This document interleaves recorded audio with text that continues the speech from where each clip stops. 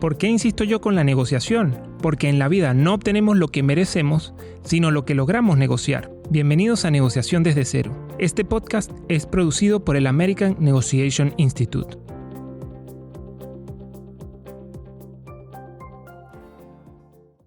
En estos días escuché una frase que decía: si realmente el sufrimiento da lecciones, el mundo estaría poblado solo de sabios.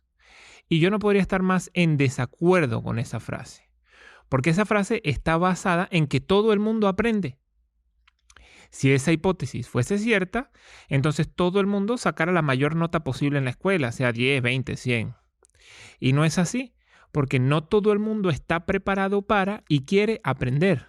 La misma experiencia le puede pasar a dos personas y una puede aprender mucho y la otra nada. Dicho esto, yo he tenido maestros de negociación increíbles. Unos me han enseñado con cursos y entrenamientos y otros me han enseñado queriendo joderme. De todos ellos estoy muy agradecido porque me han hecho lo que soy hoy. Y hubo unos que me hicieron pasar muchísimo dolor. De uno de esos maestros voy a hablar hoy. De él considero que saqué una de las lecciones más importantes de mi vida acerca de la autoridad. Este episodio es para verdaderos fanáticos de la negociación. Voy a hablar muchas cosas al mismo tiempo y hay incluso partes del episodio que ni siquiera sé explicar yo mismo. Pero las tengo que dejar porque así las viví. Por favor, presten mucha atención al detalle, porque el tema es profundo y es complejo. Y es contrario a todo lo que me recomiendan que grabe, pero yo lo siento así y así lo voy a grabar. Bueno, yo soy aficionado al ajedrez. Tengo un amigo que es maestro internacional de ajedrez. Eso, en el ámbito del ajedrez, es un rango sumamente alto.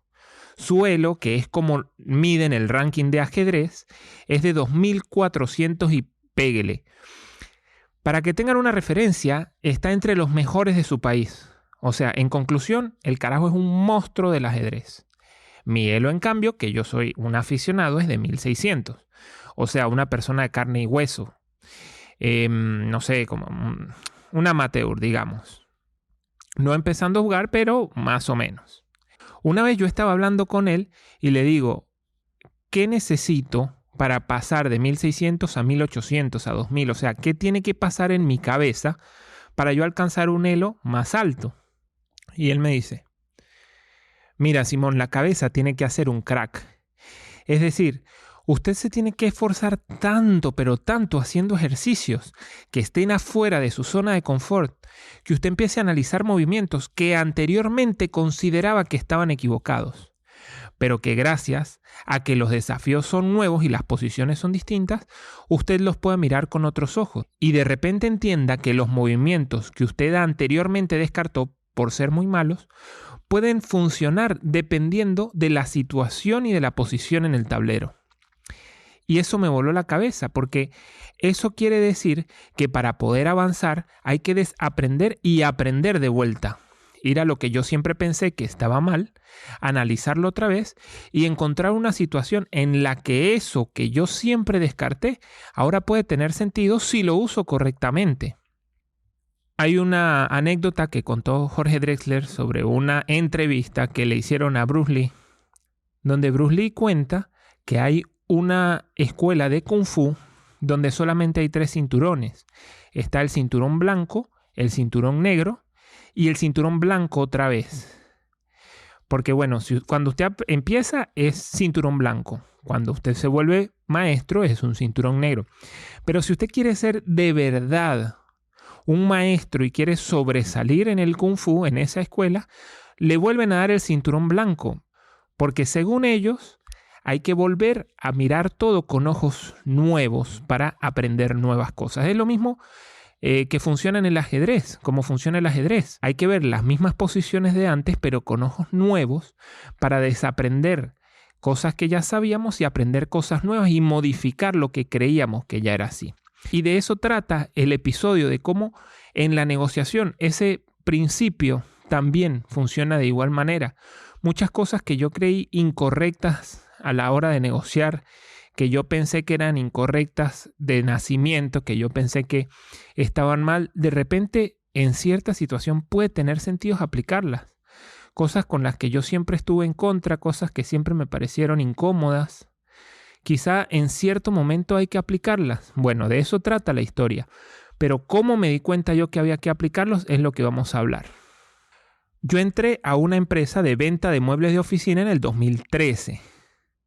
Primero entré como haciendo venta electrónica. Era muy sencillo porque lo que tenía que hacer era manejar Mercado Libre, hacer ventas online. En esa empresa yo empecé a crecer. Primero a hacer ventas online, después empecé a hacer ventas físicas. Como yo era diseñador, me dejaron diseñar algunos muebles, después me dejaron vender, después me dejaron armar. Y hubo un momento en el que yo podía hacer cualquiera de las posiciones de la empresa. Yo solo lo que hacía era decir que sí a todo lo que me decían si lo podía hacer y buscaba una manera de resolverlo, preguntaba y lo lograba hacer, pero empecé a crecer muy rápido en la empresa y a ganarme rápidamente la confianza de mis jefes porque además de que yo tenía la suerte de aprender muy rápido, yo siempre me esforcé por trabajar mucho en equipo, por trabajar por el bien de la empresa. En mi recorrido en esta empresa conocí al encargado del sector de entregas que ya tenía 5 años en la empresa cuando yo entré. Le voy a poner de nombre Fray. No le voy a decir el nombre que es, pero lo voy a llamar Fray. Con el tiempo yo me fui dando cuenta que este señor Fray era un tipo de muy mala fe. Él era capaz de hacerle maldades a la gente o de ser despectivo. Siempre hacía cosas con intenciones malvadas que hacían quedar mal a los demás. Pero el tipo a su vez tenía mucha experiencia en muebles y en el sector de entregas. El tipo sabía cada paso que daba, era un zorro viejo. Y la empresa lo tenía ahí, porque el tipo era indispensable. Él había armado en el sector de entregas una estructura que solamente podía funcionar si él estaba ahí.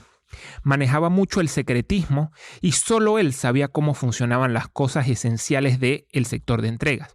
La gerencia prefería conservarlo porque, pese a que el tipo tenía una personalidad egoísta, conflictiva, la gerencia era perezosa y preferían eso a tener que sacarlo y buscar cómo reestructurar el sector de entregas.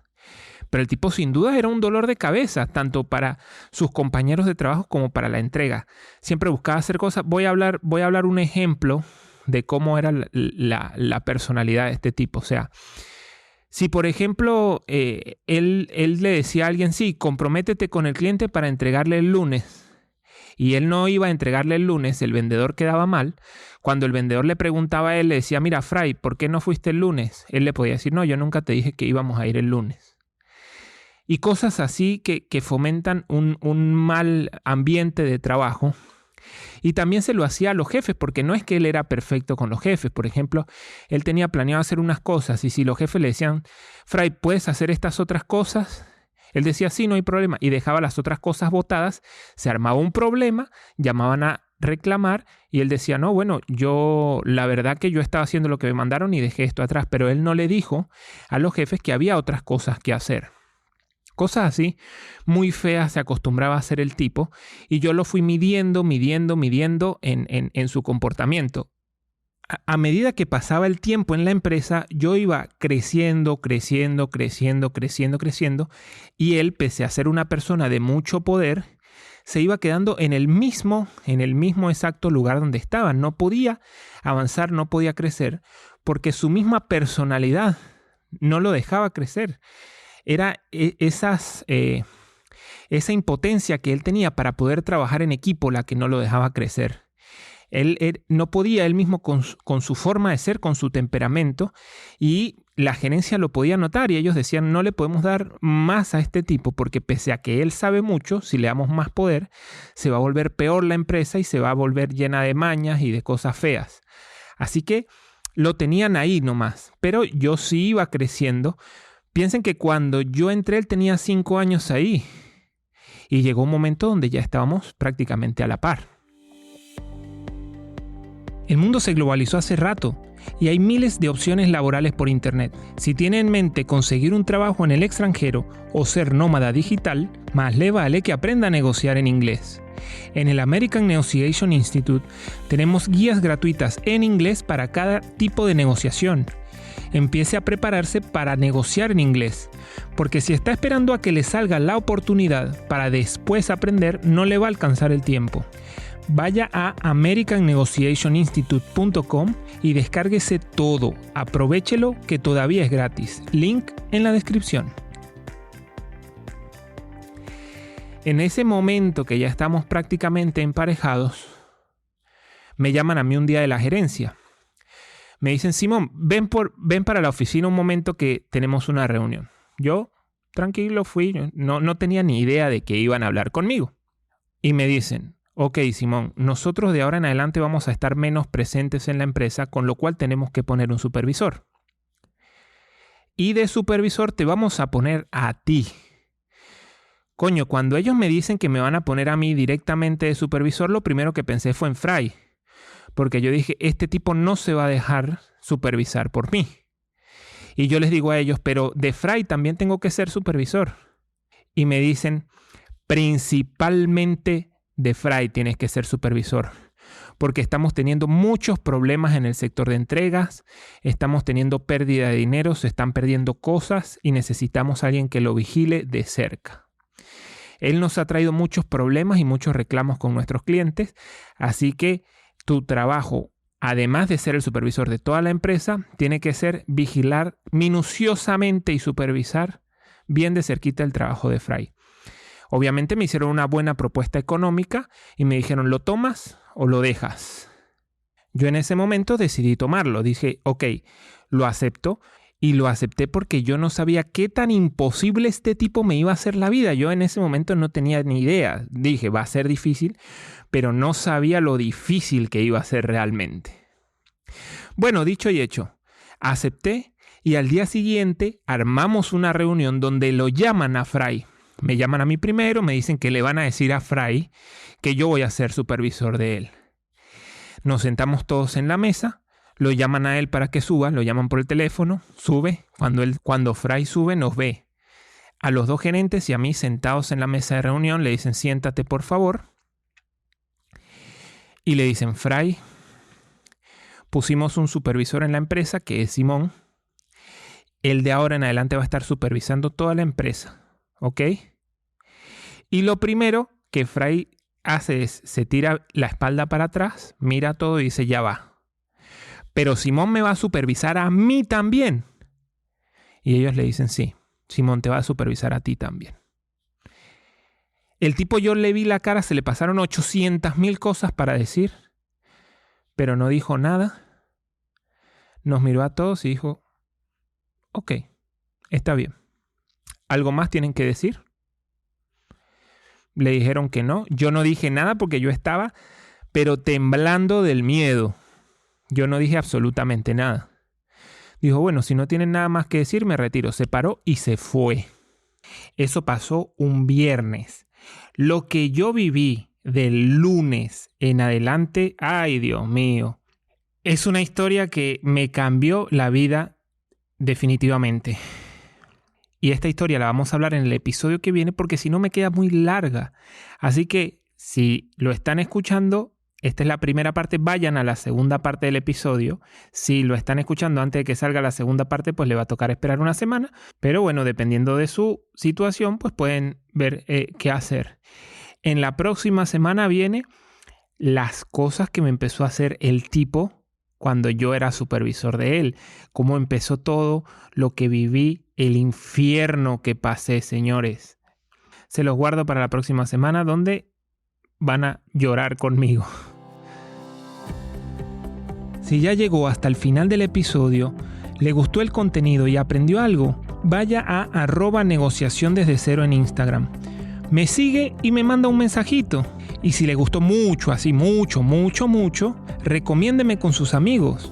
Todos se lo vamos a agradecer. Y ahora no se vaya, aproveche el impulso y escuche ese otro episodio. Así aprende doble. Recuerde que no obtenemos lo que nos merecemos, sino lo que logramos negociar.